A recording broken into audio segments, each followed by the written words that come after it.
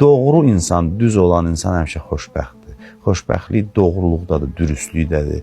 İnsanın vicdanı aram olur. İnsan düz mövqe tutubsa hadisələrin qarşılığında insan xoşbəxtdir. Məsələn, deyirlər, bugün yaxşı gün oldu. Biz adətən yaxşı gün nə deyirik?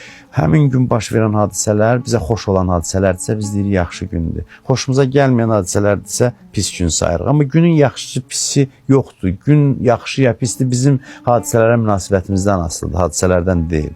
Belə bir hədis var. Deyir ki, insanlar ki, biz yaxşılıq edirik insanlara. Onların bəzilərinə görə bizə təşəkkür edirlər.